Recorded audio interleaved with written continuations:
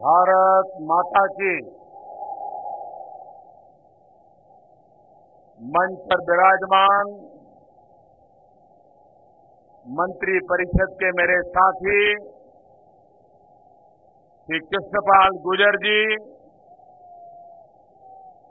बहन डॉक्टर सुधा यादव जी, हमारे पूर्व सांसद श्रीमान रामचंद्र बैदा जी, श्री अजय गौड़ जी, श्री गिरिराज जी, श्री संदीप जी, डॉक्टर महेंद्र सिंह और इस चुनाव में भारतीय जनता पार्टी के उम्मीदवार श्रीमान विपुल गोयल जी,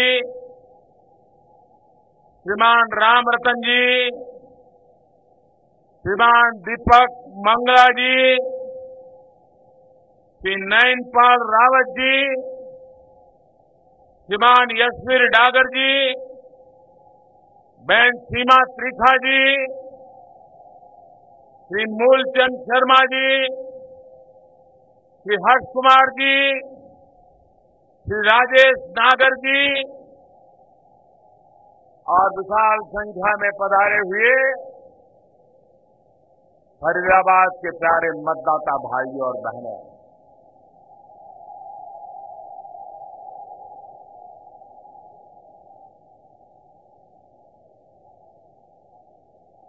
इस चुनाव में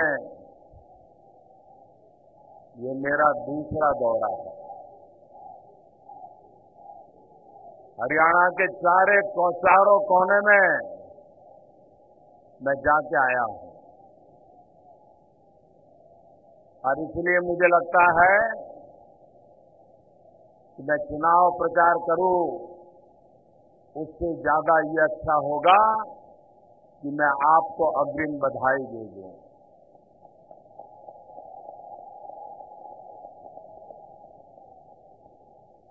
मैंने लोकसभा के चुनाव में भी हरियाणा का ऐसा मिजाज नहीं देखा था जो मैं इस चुनाव में देख रहा था।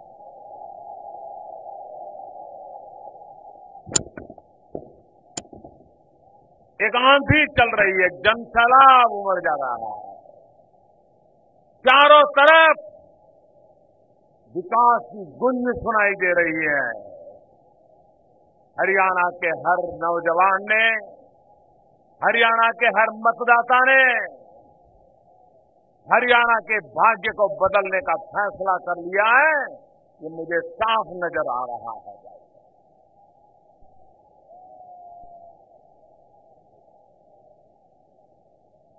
आपातकाल के बाद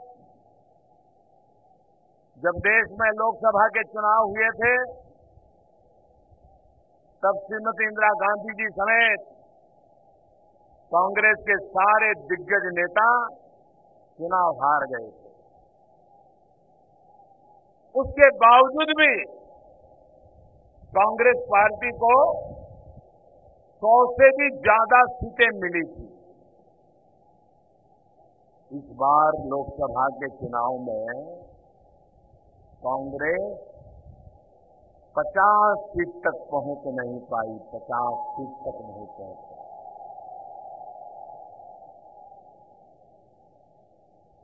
जनता को कांग्रेस के प्रति कितना आक्रोश है, कितना गुस्सा है, ये आज चारों तरफ नजर आ रहा है।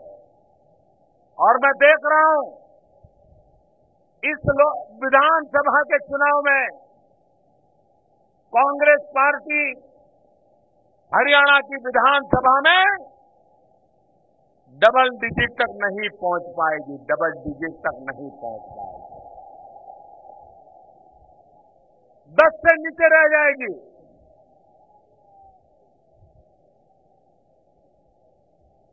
और इसका कारण उनके अपने पाप है। जिस प्रकार से जनता को लूटा गया है, जिस प्रकार से प्रदेश को तबाह किया गया है, जिस प्रकार से किसानों को असहाय बना दिया गया है,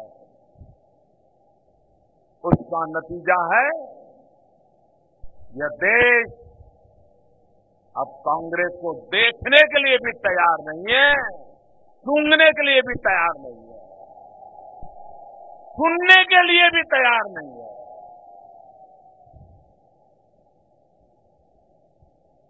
भाइयों बहनों, ये हमारे फरीदाबाद का ये हाल क्यों हुआ? मैं बनारस में जब लोकसभा का चुनाव लड़ रहा था तो हमारे उस पूर्वांचली इलाके के सब लोगों की जिन मैं बात करता हूं तो बोले हम तो फरीदाबाद में हैं। बहुत बड़ी मात्रा में पूर्वांचल के लोग यहां पर रोजी रोटी कमाने के लिए आए हुए। फिर मैंने पूछा वापिस क्यों आए हो? तो बोले साहब 5 साल 7 साल तो वहां काम मिला, अब हालत इतने खराब हो गए हैं कि हम घर वापिस लौट आए हैं, हम नौकरी ढूंढ रहे हैं, काम ढूंढ रहे हैं। ये फरीदाबाद का ऐसा हाल कैसे हो गया? हरियाणा की औद्योगिक कैपिटल, हरियाणा औद्योगिक विकास में फरीदाबाद के कारण पहचाना जाता था। कहीं से भी कोई नौजवान रोजी रोटी के लिए आ जाए तो 2-4-6 दिन में हरियाणा में कोई न कोई काम मिल जाता था, फरीदाबाद में काम मिल जाता था, छोटा मोटा काम मिल जाता था, भूखे रहने की नौबत नहीं आती थी। आज इस फरीदाबाद से लोगों को अपने घर वापसी हो रही है, नौकरियां छूट रही हैं, नौजवान बेरोजगार हो रहा है, कारखाने ठप पड़े हैं, बिजली के लिए लोग तरस रहे हैं, बाजार में माल बिक नहीं रहा है। ये हालत किसने पैदा की? भाइयों बहनों, कौन जिम्मेवार है इसके लिए? कौन जिम्मेवार है? क्या जिसने आपको बर्बाद किया, आपकी रोजी रोटी छीन ली, उस कांग्रेस को सजा करोगे? और सिर्फ कांग्रेस ही जिम्मेवार है ऐसा नहीं है।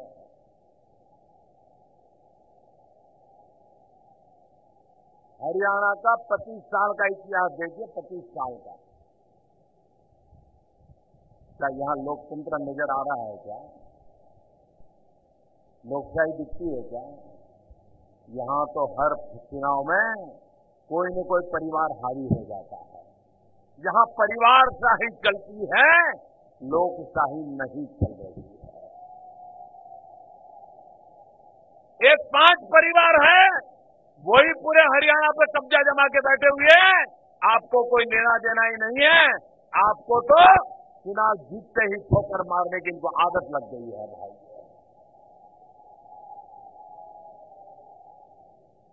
जो मुखिया बन गया उसके बेटे भतीजे चाचा मामा वाले सारे के सारे लग पड़ते हैं और काम भी बांट लेते हैं। कोई जमीन के प्लॉटों को कब्जा करने का कॉन्ट्रैक्ट रखता है, कोई मकान खाली कराने के कॉन्ट्रैक्ट ले लेता है, कोई पुलिस वालों से हफ्ता लेने का काम कर लेता है, वो तबादले कराने का कॉन्ट्रैक्ट ले लेता है। बड़ा गजब का डिवीजन ऑफ वर्क होता है इनमें। हर बेटों को एक एक डिपार्टमेंट दे देते हैं, तुम उधर से कमा लो, तुम उधर से कमा लो, तुम उधर से कमा लो। भाइयों बहनों, ये लूटो बांटो राज करो, इससे हरियाणा को मुक्ति दिलानी है।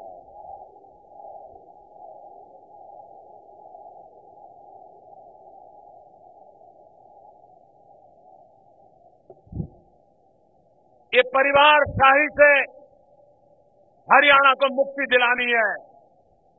लोकतंत्र अगर मजबूत होगा तो हमारे सामने बैठा हुआ छोटा इंसान भी कभी यहां नजर आएगा। अगर परिवारशाही होगी तो आपके नसीब में कुछ नहीं आएगा। भाई, वही पोते के पोते, पोते के पोते, पोते के पोते वही चलते रहेंगे। और इसलिए मेरे भाइयों बहनों, ये वंशवाद, ये परिवारशाही, ये लोकतंत्र के लिए सबसे बड़ा खतरा है। वे जवाबदेह नहीं है, वो अकाउंटेबल नहीं है, वो कोई रिस्पॉन्सिबिलिटी महसूस नहीं करते हैं। जिनका जनतंत्र में विश्वास है वो जनता को जवाब देने के लिए बंधा हुआ होता है, उसको जनता की चिंता रहती है, उनको परवाह नहीं है। और भाइयों बहनों, मैं तो हैरान हूं, हरियाणा ये जो वर्तमान में सरकार है उसकी पहचान क्या है? बाहुबली, जमीन के घोटाले, बिल्डरों का राज, कॉन्ट्रैक्टरों का राज, यही पहचान है ना? यही पहचान है ना? इसके बावजूद भी चुनाव चल रहे हैं तो भी अपनी आदत छोड़ नहीं रहे हैं। अभी भी गरीब किसानों की जमीन दामाद के हवाले करने के काम चल रहे हैं। मैं हैरान हूं, चुनाव चल रहे हैं, आचार संहिता लगी है और कल ही उन्होंने फैसला कर लिया, मैंने अखबार में पढ़ा। ये फैसला अभी जल्दी करने की क्या जरूरत थी? इसका कारण है ऊपर से डंडा चढ़ा होगा कि भाई 10 दिन के बाद तो तुम्हारी सरकार रहने वाली नहीं है, फिर ये मोदी आ जाएगा, जल्दी करो, साइन कर दो, फाइल क्लियर करो। और उन्होंने कान पकड़ के कह दिया, हाँ जी हाँ जी हाँ जी कर देता हूं जी। भाइयों बहनों, ये जनता जनार्दन की संपत्ति है, ये देश के किसानों की संपत्ति है, देश के आम आदमी की संपत्ति है। इसको लूटने का किसी को अधिकार नहीं है भाइयों। और इसलिए भाइयों बहनों, ऐसी सरकार को एक पल भी रहने नहीं देना चाहिए। दूसरे महाशय तो बड़े कमाल के हैं जी, मैं तो हैरान हूं, यहां के लोग चुनाव में भी झूठ बोलने में बड़े माहिर हैं।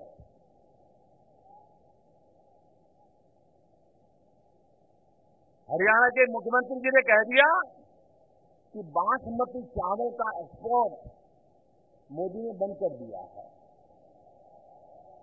और इसलिए हरियाणा का किसान बेहाल है। तो मंडी वाले गए मुख्यमंत्री जी के पास, जरा वो कागज दिखाओ तो मोदी जी ने कहां प्रतिबंध डाला, जरा दिखाओ तो। नहीं बोले कल दिखाऊंगा। दोबारा गए, नहीं बोले अगले हफ्ते। उन्होंने कहा झूठ बोल रहे हो क्या? फिर मीडिया वाले पहुंच गए, मुख्यमंत्री जी जरा दिखाओ तो, मोदी ने कब प्रतिबंध लगाया, जरा दिखाओ तो। अब भागते फिर रहे, जवाब नहीं दे रहे।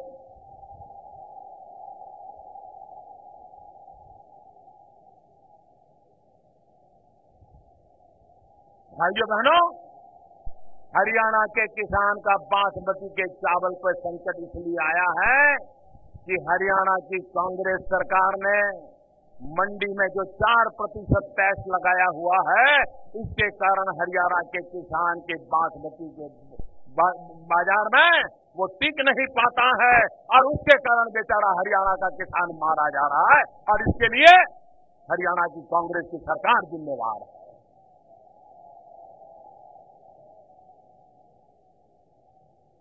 दूसरे मांग है, वो भी झूठ बोलने में बड़े काबिल है। किसी समारोह में मेरे साथ मंच पे बैठे होंगे, और सार्वजनिक जीवन में तो हर किसी से फोटो निकलती है, तो मेरे साथ वाली फोटो छाप करके गांव-गांव बांट रहे, घर-घर, हम मोदी को साथ देने वाले हैं, हमें वोट दो। बताओ, हम मोदी को साथ देने वाले, हमें वोट दो। बाबा माफ करो, मुझे आपका साथ नहीं चाहिए।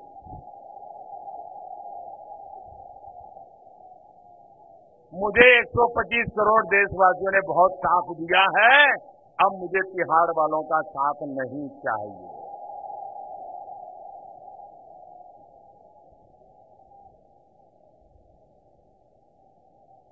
और मैं तो हैरान हूं जी, मान लीजिए किसी व्यक्ति को जेल हो गई तो वो क्या कहता है, अभी उपली अदालत में जाऊंगा, मैं हमारी ईमानदारी को सिद्ध करूंगा, मैं जरूर ठीक करके बाहर आऊंगा और आकर के ठीक मैं हरियाणा की सेवा करूंगा, ऐसा बोलते हैं ना। ये ऐसा बोलते हैं मैं जेल में ही रहूंगा, जेल में ही शपथ लूंगा, जेल में ही सरकार चलाऊंगा। बताइए, उनको भी पता है बाहर आने की संभावना नहीं, उनको पता है। इतना ही नहीं, मैं हैरान हूं, ये नेताओं को जनता पे भरोसा छोड़ो, अपने बेटों पे भरोसा नहीं है। वरना इतने बड़े नेता अगर अपने आप को मानते, उनको क्या कहना चाहिए था कि चलो भाई अब मैं फंस गया हूं, मुझे जेल हो गई है, मैं जेल में रहूंगा, जब बाहर आऊंगा तब जनता की सेवा करूंगा, मेरे बेटे आप लोग संभालो। नहीं, बेटों को भी नहीं दे रहे, मैं ही जेल में से नहीं चलाऊंगा। बेटों पर भी भरोसा नहीं है, बताइए। अपने बेटों पर जिसको भरोसा नहीं है वो आप पे भरोसा कैसे कर सकते हैं? जिनका आप पर भरोसा नहीं है उस पर आप भरोसा कैसे कर सकते हैं भाई?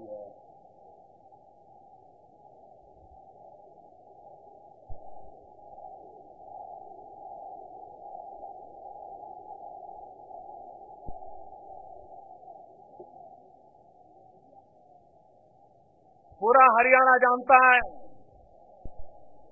मेरा हरियाणा के साथ नाता क्या है। मेरी राजनीतिक शिक्षा दीक्षा इसी धरती पर हुई है, ये मेरी कर्मभूमि रही है। आप ही के आशीर्वाद के कारण आज मैं यहां पहुंचा हूं और मैंने तय किया है, जिस मिट्टी ने मुझे बड़ा बनाया उस मिट्टी की मुझे सेवा करनी है, मुझे कर्ज चुकाना है।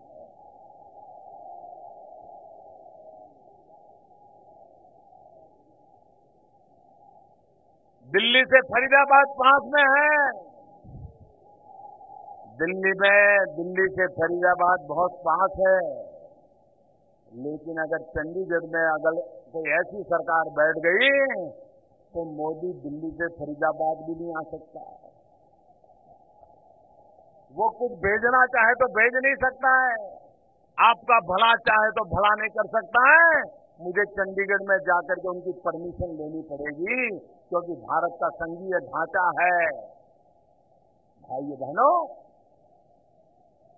आप चाहते हो हरियाणा का विकास हो, आप चाहते हो हरियाणा का विकास हो, आप चाहते हो हरियाणा के नौजवानों को रोजगार मिले, आप चाहते हैं यहां का इंडस्ट्री एकदम तेज तर्रार आगे बढ़े, आप चाहते हैं यहां इंडस्ट्री को बिजली मिले, आप चाहते हैं यहां इंडस्ट्री को गैस मिले, आप चाहते हैं जो रोजगार कर रहे हैं उनको पूरा काम का पैसा मिले, आप चाहते हैं कामदारों को अस्पताल की अच्छी सुविधा मिले, आप चाहते हैं कामदार के बच्चों को पढ़ने की व्यवस्था मिले। अगर ये आप चाहते हो तो भारतीय जनता पार्टी को पूरा करने के लिए आपको भरोसा देती है भाइयों।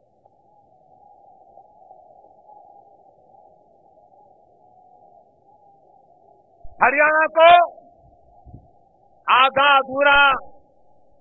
अधूरा फैसला मत करना, कोई गलती मत करना भाइयों, वरना लोग आप पढ़ेंगे, अब जाति के नाम पर बात करेंगे, अब सिंपैथी गेन करने के प्रयास करेंगे, आंसू बहाएंगे, 2-3 पीढ़ियों को याद करेंगे, न जाने क्या क्या खेल खेलने वाले हैं आने वाले 7 दिन में। लेकिन आप तो अपने मन में एक ही बात रखना, हरियाणा का भाग्य बदलेगा तो आपका भाग्य बदलेगा। अगर आपने चूक कर दी, अगर आपने मौका खो दिया, 25 साल तक हरियाणा इस परिवारवाद में फंसा हुआ है, फिर एक बार इसी चंगाल में फंस जाएगा। और इसलिए मेरे भाइयों बहनों, यहां एक पूर्ण बहुमत वाली सरकार चाहिए। पूर्ण बहुमत वाली सरकार होगी तो 5 साल के बाद आप उस सरकार के पास से हिसाब मांग सकते हैं। 5 साल के बाद आप उस सरकार का कान पकड़ सकते हैं।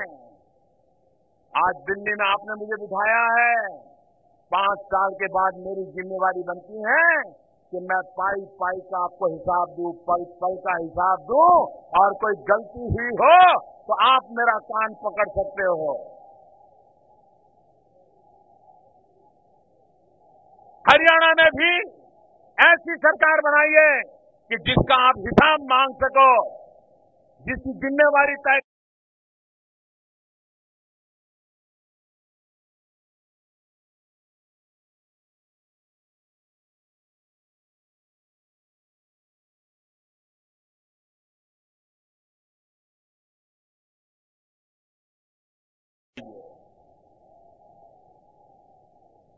अगर मिली जुली बातें करोगे तो आपका ये अधिकार भी चला जाएगा, आपको मौका ही नहीं मिलेगा।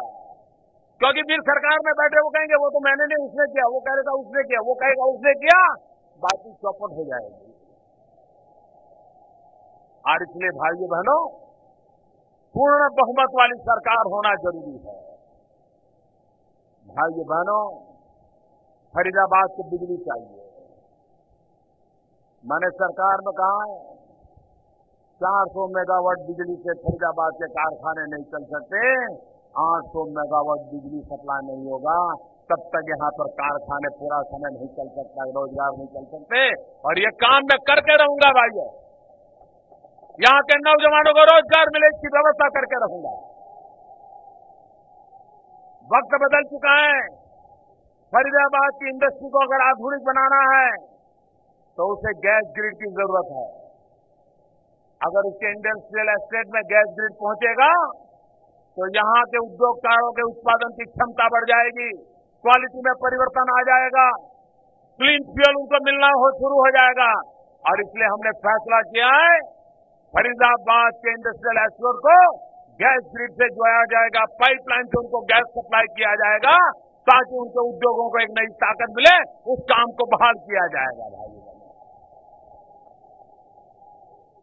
आप हैरान हो, हमारे जो कामदार है 100 रुपया, किसी को 200 रुपया, बेचारा पोस्ट ऑफिस में पेंशन लेने जाता था तो आधा पेंशन तो ऑटो रिक्शा के किराए में चला जाता था। उस पेंशन से क्या करेगा वो? ये भारतीय जनता पार्टी में दिल्ली में बैठी हुई सरकार ये गरीबों के लिए सरकार है, गरीबों के लिए काम करती है। और इसलिए हमने आते ही निर्णय कर लिया, अब हिंदुस्तान में 32 लाख परिवार हैं मेरे भाइयों, 32 लाख जिनको 50 रुपया, 100 रुपया, 200 रुपया पेंशन मिलती है। हमने निर्णय कर लिया बुढ़ापे में उनके काम आना चाहिए। अब 1000 रुपये से कम पेंशन किसी को नहीं मिलेगी, हर किसी को 1000 रुपये का पेंशन मिलेगा। वरना बेचारा गरीब बूढ़ा आदमी जाएगा कहां, किसके भरोसे जिंदगी गुजारेगा? इतना ही नहीं भाइयों बहनों, हमने प्रधानमंत्री जनधन योजना लगाई। इस देश में बैंकों का राष्ट्रीयकरण हुआ था। ये कहकर के हुआ था कि बैंक धन्ना सेठों के लिए नहीं है, बैंक गरीबों के लिए होनी चाहिए, इसलिए बैंकों का राष्ट्रीयकरण करना जरूरी है। कर दिया। किसी गरीब को कभी आपने बैंक में देखा है क्या? आपने किसी गरीब को बैंक में देखा है क्या? जरा सच्चाई से बताइए, किसी गरीब को आपने बैंक में देखा है क्या? क्या गरीब हिंदुस्तान का नागरिक नहीं है क्या? हिंदुस्तान के खजाने पर गरीब का अधिकार है कि नहीं है? क्या बैंक में उसका खाता होना चाहिए नहीं होना चाहिए? बैंक के पैसे उसको मिलने चाहिए नहीं मिलने चाहिए? बेचारा का बैंक में पैर रखने की ताकत नहीं है, और घर में कोई बीमार हो गया, बेटी की शादी करनी है, बेटी की फीस भरनी है, तो बेचारा साहूकार के पास ऊंचे ब्याज के दर से सूद ले आता है और पूरी जिंदगी पर सूद देते देते मर जाता है, कभी उससे बाहर नहीं आता है। मैं मेरे गरीबों को बचाना चाहता हूं। और इसमें मैंने प्रधानमंत्री जनधन योजना की है, और प्रधानमंत्री जनधन योजना में जो गरीब बैंक का खाता खोलेगा उसको खाता खोलते ही एक कार्ड देते हैं हम, और इसको 1 लाख रुपये का अकस्मात का बीमा दे दिया जाता है। अगर उसके परिवार में कोई संकट आया तो 1 लाख रुपये का बीमा उसे सुरक्षा दी जाती है। और मैं बैंक के सभी कर्मचारियों का अभिनंदन करना चाहता हूं, बैंकों का अभिनंदन करना चाहता हूं। 1 महीने के भीतर 5 करोड़ गरीब परिवारों का बैंक का खाता खोलने का काम पूरा कर दिया और 26 जनवरी तक हिंदुस्तान के एक गरीब का बैंक का खाता खुल जाएगा। कांग्रेस वाले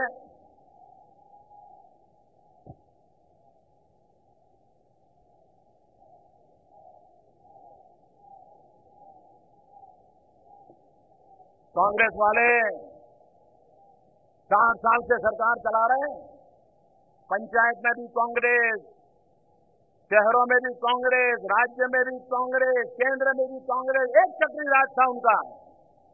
60 साल के काम का तो हिसाब नहीं दे रहे हैं और मोदी से 60 दिन का हिसाब मांग रहे। मैं जरा उनको पूछना चाहता हूं, ये गरीबों को बैंक में खाते क्यों नहीं खोले गए? जो काम आप 60 साल में नहीं कर पाए, ये काम हमने 1 महीने में करके दिखाया है। करने का जज्बा चाहिए दोस्तों, गरीबों के प्रति संवेदना चाहिए, तब जाकर के काम होता है। और इसीलिए भाइयों बहनों, अब ये देश इंतजार नहीं कर सकता, देश रुक नहीं सकता। देश का नौजवान बूढ़े माँ बाप के पास हाथ फहरा करके जिंदगी नहीं जी सकता है। वो सम्मान से जीना चाहता है, उसे रोजगार चाहिए, उसको काम चाहिए। भाइयों बहनों, आज हरियाणा में राजनेताओं के आशीर्वाद से बाहुबलियों का खेल चल रहा है। मैं आपको वादा करने आया हूं, हरियाणा को बाहुबलियों से मुक्त कराना है। आज 25 साल के जो अनुभव हैं, उससे हरियाणा को मुक्ति दिलानी है और इसलिए मुझे आशीर्वाद चाहिए आप लोगों को। हमारी माताओं बहनों का क्या हाल है? क्या करके रखा है हरियाणा का हाल? हरियाणा में 1000 बेटे पैदा होते हैं तो उसके सामने 875 कन्याएं पैदा होती हैं। 1000 का गांव होगा तो उस गांव में हर पीढ़ी के 125 नौजवान संवारे रह जाएंगे, कन्या ही नहीं मिलेगी। क्यों? क्योंकि हमने कन्याओं को मां के गर्भ में ही मार दिया, भ्रूण हत्या का पाप किया है। कन्या को जन्म का अधिकार नहीं दिया है हमने। क्या ये संस्कारिता है? क्या ये सभ्यता है? क्या ये सरकारें हैं? बहुत पीड़े होती है भाइयों बहनों। हम 21वीं सदी में जी रहे हैं, हम 18वीं शताब्दी में नहीं जी रहे हैं। जब दूध पीती करने का परंपरा चलती थी, हमको बेटी को मां के गर्भ में ही मार दे रहे हैं। ये कलंक से हरियाणा को बाहर निकलना है। हिंदुस्तान के जो 15 जिले हैं जो सबसे हालत खराब है, उसमें 9 जिले हरियाणा के हैं मेरे भाइयों बहनों।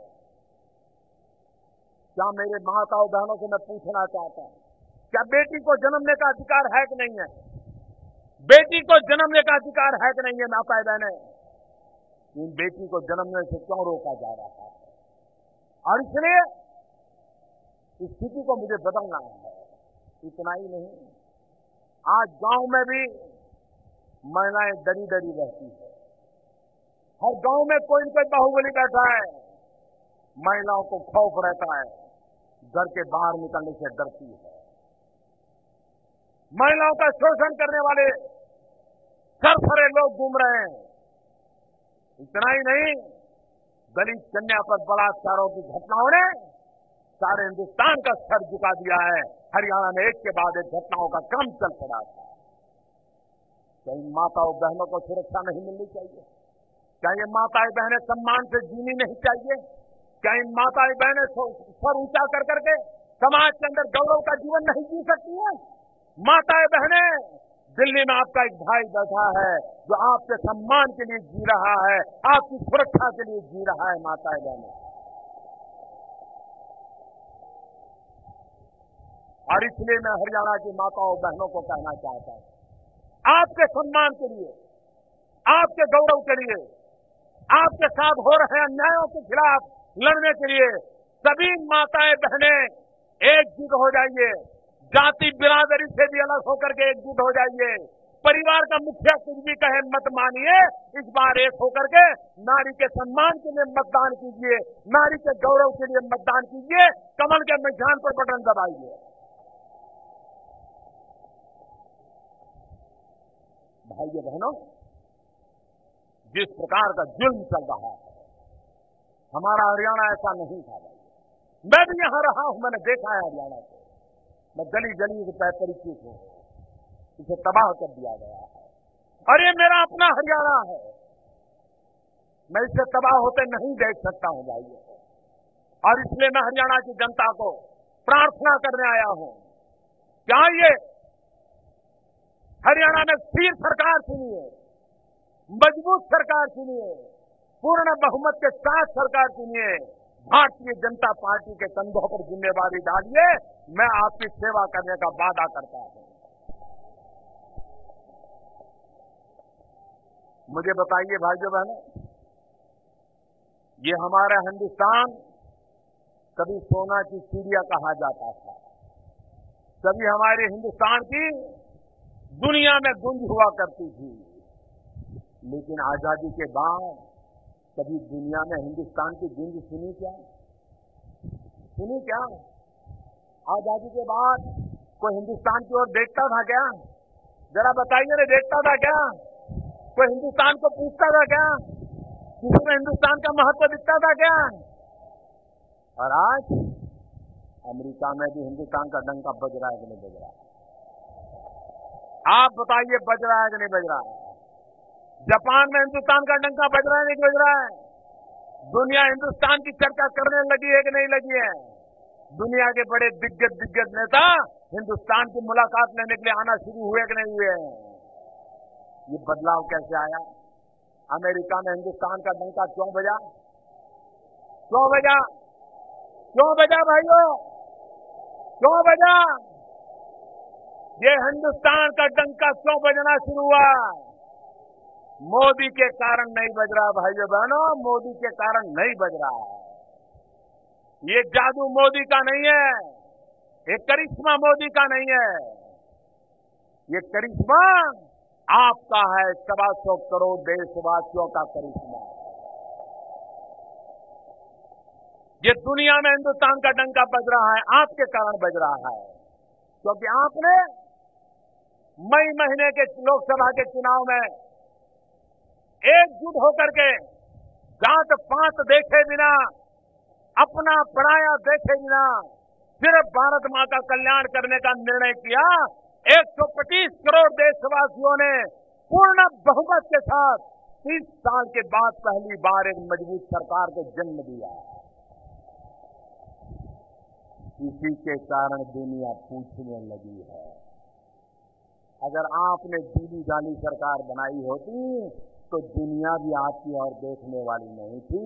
आज दुनिया इसलिए देख रही है कि आपने मजबूत सरकार बनाई है। आपको अच्छा लगता है ना दुनिया में हिंदुस्तान का डंका बज रहा है? अच्छा लगता है? गौरव होता है, अभिमान होता है, खुशी होती है। क्या हरियाणा का भी डंका बजना चाहिए कि नहीं बजना चाहिए? हरियाणा का डंका बजना चाहिए कि नहीं बजना चाहिए? पूरे हिंदुस्तान में हरियाणा का डंका बजना चाहिए कि नहीं बजना चाहिए? पूरी दुनिया में हरियाणा का डंका बजना चाहिए कि नहीं बजना चाहिए? अगर डंका बजाना चाहते हो तो हरियाणा में भी पूर्ण बहुमत वाली भाजपा की मजबूत सरकार बनाइए, डंका बजेगा। आप अगर साथ खड़े हो गए तो हरियाणा का भी डंका बजेगा भाइयों। और इसलिए मैं आज आपसे अनुरोध करने आया हूं, 15 तारीख को कमल के निशान पर बटन दबा करके भारी बहुमत से भारतीय जनता पार्टी को विजयी बनाइए।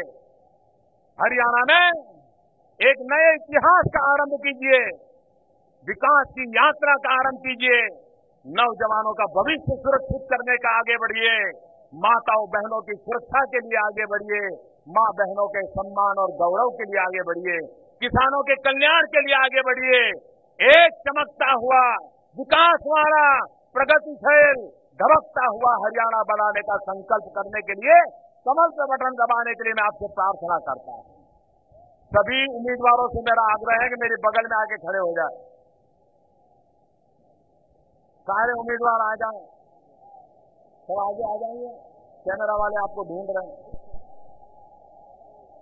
अच्छा भाइयों बहनों, मेरा एक काम करोगे? सभी नागरिक भाइयों बहनों, मेरा एक काम करोगे? मुझे जवाब दीजिए, करोगे? बहनें इधर मेरा काम करोगे? उधर जो दूर दूर खड़े हैं मेरा एक काम करोगे? पक्का करोगे? सभा पूरी होने के बाद आप जब जाएंगे तो पानी का बोतल पड़ा हो, कागज के टुकड़े पड़े हो, प्लास्टिक पड़ा हो, कूड़ा कचरा पड़ा हो, इसको उठा के ले जाएंगे। पक्का ले जाएंगे। यहां कोई गंदगी नहीं छोड़ेंगे ना। हमें गंदगी करने का अधिकार नहीं है।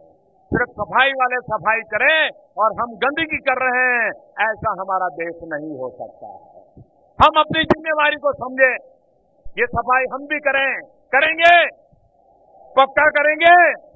मेरे साथ दोनों मुट्ठी बंद करके बोलिए, भारत माता की, भारत माता की। बड़ी तेज आवाज आनी चाहिए, दोनों मुट्ठी बंद करके। भारत माता की, भारत माता की, भारत माता की।